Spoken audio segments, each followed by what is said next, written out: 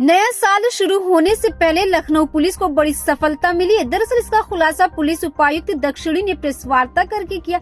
बता दें कि 3 बड़े मामलों का खुलासा डीसीपी द्वारा किया गया है, जिसमें थाना मोहनलालगंज पुलिस टीम द्वारा हत्या की कोशिश करने की घटना का सफल अनावरण कर 2 शातिर अभियुक्त की गिरफ्तारी और थाना सुशांत गोल्फ सिटी तथा थाना सरोजनी नगर पुलिस द्वारा एक करके खुलासा किया गया। देखिए, दिनांक 29 दिसंबर को अरुण नाम के एक व्यक्ति जो कि खेत में जब सो रहे थे, इनकी गला काट के हत्या करने का प्रयास करा गया था।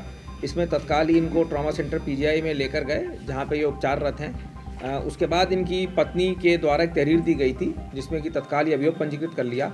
आज इसमें हमको सफलता मिली है और हमने इनका गला काट कर हत्या का प्रयास करने वाले दोनों अभियुक्तों को गिरफ्तार कर लिया है। इसमें पूछताछ में पता चला कि इन्हीं के मौसेरे भाई एवं उन्हीं के एक सहयोगी ने इनका गला काट के हत्या करने का प्रयास करा था। और जो मोटिव हमको पता लगा है वो इनके जो ज़मीन का विवाद था, इसमें जो घायल है उनकी एक हाईवे के पास में ज़मीन थी, जिसपे कि बंटवारे में वो इनके हाथ आई थी और इनको पीछे की ज़मीन मिली थी, जिसके चलते इन्होंने पहले जो घायल है उनके साथ शराब पी, उनको शराब पिलाई और उसके बाद इन्होंने चाकू से इनका गला रेत के हत्या करने का प्रयास करा।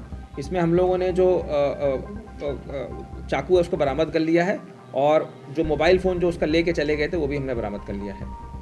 सर, ये ज़मीन कितना एरिया था ज़मीन का टोटल, और अगर उसकी कीमत बता सकें? देखिए, अभी बेचना में ये देखेंगे अभी, लेकिन यह है कि इनकी पैतृक ज़मीन थी जो इनको ननिहाल की साइड से मिली थी, इनकी मौसी के बेटे थे और जिस पे इनका भी अधिकार जता रहे थे। पर वो जो ज़मीन हिस्सा जो ये चाह रहे थे वो अरुण जो घायल है उनके हाथ में आई थी। तो पूरी प्लानिंग में कोई और भी शामिल था इनके साथ जो पीछे से इनको सपोर्ट कर रहा है? नहीं, इसमें ये 2 ही लोग थे। ये हैं जो इनके मौसी के बेटे हैं और उनके जो साथ में उनका जो सहयोगी है। इन लोगों ने प्लानिंग करके इनको पहले शराब पिलाई और कई दिनों से इनका ये था कि इनकी हत्या करके इन्होंने इनको मरा समझ के छोड़ के चले गए थे कि उसके बाद इनकी ज़मीन हड़प लेंगे।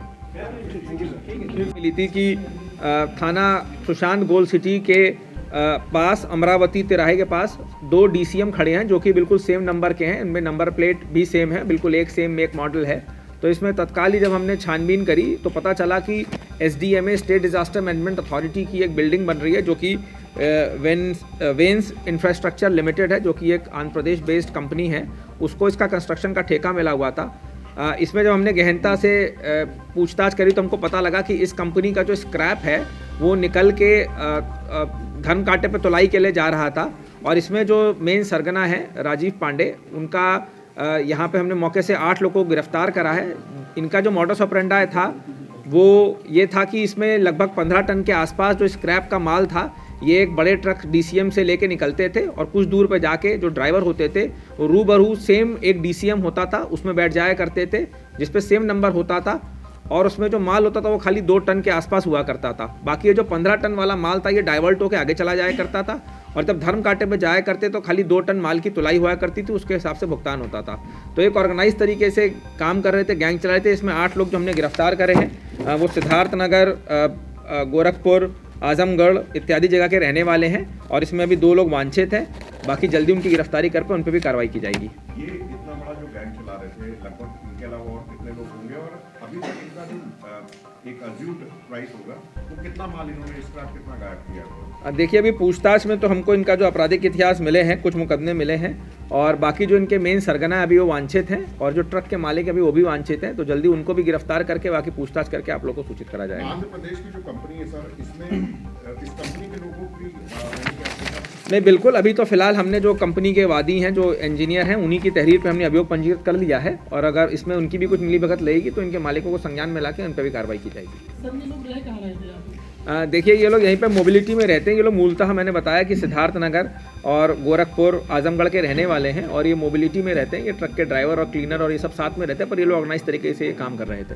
इनका आपराधिक इतिहास भी है? आपराधिक इतिहास हमने आपको भेजा है। इनके ऊपर 2019 में एक मुकदमा है और एक और अभियुक्त के ऊपर भी मुकदमा है पहले से। जो मेन सरगना है राजीव पांडे, उनका भी कोई आपराधिक रिकॉर्ड आपने? नहीं, अभी चेक कर रहे हैं। पहले उनको एक बार हम उनकी गिरफ्तारी कर ले, फिर उनका आपराधिक रिकॉर्ड भी चेक करा जाएगा। सर, इसमें एक अहम चीज़ ये है कि जिस तरीके से जो ट्रक है तो जी, एक ही नंबर के 2 ट्रक है, जब एक से माल पूरा तरीके से तोला था तो उसके बाद दूसरे नंबर पे उसी ट्रक का नंबर लेकर के आखिर एक ही नंबर के 2 ट्रक लेने के पीछे वजह क्या कुछ रही थी? नहीं, ताकि लोग बाग चेक ना कर पाए। कंपनी वालों को भी हो सकता है कि धोखे में रखना चाह रहे हो, नंबर जो उनका रजिस्ट्रेशन नंबर है वो सेम होता है, पर चेसिस नंबर और इंजन नंबर जब मिलाया गया तो वो अलग था।